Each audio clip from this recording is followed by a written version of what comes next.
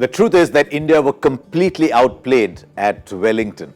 You look at the batting, you look at the bowling, New Zealand swung the ball more, their batsmen showed a little more resolve, and it's perfectly befitting that New Zealand go to Christchurch 1-0 up.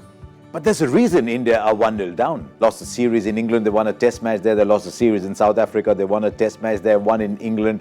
But over the last, 12, 13 months, India haven't lost a test match. India lost at Perth, came strongly back, took the series in Australia. There's a lot of good qualities about this Indian team that I think they will be talking about in the change room, that one test match doesn't quite mean it's the end of the world. Now, having said that, what are the danger areas to flag off for India going into Christchurch? India need an opening partnership. Well, for a start, India need to win the toss because it's almost become a tradition in New Zealand that you win the toss, put the opposition in, knock them over as batting conditions get easier. You score runs, but winning the toss is not in your hands. So what do India need to do? Get a start. Prithvi Shaw and Mayank Agarwal had contrasting matches. I thought Mayank Agarwal, in spite of not quite getting runs in the build-up, applied himself wonderfully. Shaw's technique was tested, but I think the captain has made it quite clear that he expects Shaw to learn from Wellington going into Christchurch. And if you pick someone for a test match on promise, on ability, 2 bad innings, you start dropping them, then everyone starts to get insecure. So I'll be very surprised if there's a change up there.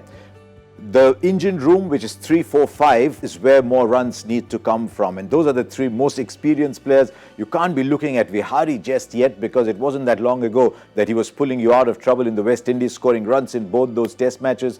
Doesn't get to play that much at home. So I don't see too many changes in the top 6. You could consider Shaw, but I don't see that change happening.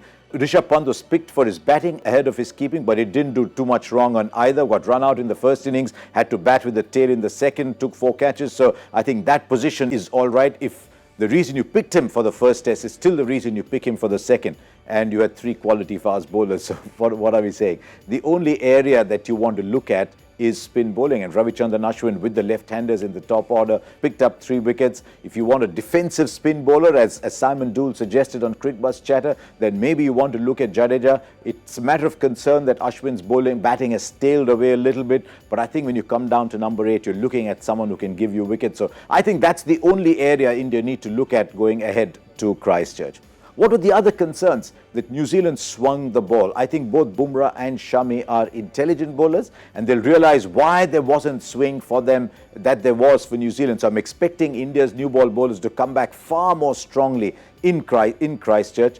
But the truth is that India just have to play far more resilient cricket. They'll look back at that test match and say, where were the opportunities in Wellington? And every time there was an opportunity, New Zealand seemed to take it. And as a result, India actually did not win a session. And that's a fairly damning indictment.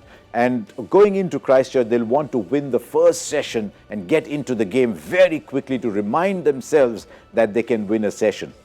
India haven't always gone to New Zealand and won the first test. I think India as an away team have been talked up a little bit more than the results suggest. But when you're the number 1 side, you back yourself to come good. What I like is that there's points to be had for that World Test Championship. I've not always been a fan of it, but that provides context. New Zealand won the points. They'll provide you as spicy a deck as possible. Remember, in Johannesburg, India were given a spicy deck and won. So I expect India to perform much better in Christchurch, but this is a defeat that should open their eyes up wide and lead to a lot of soul searching.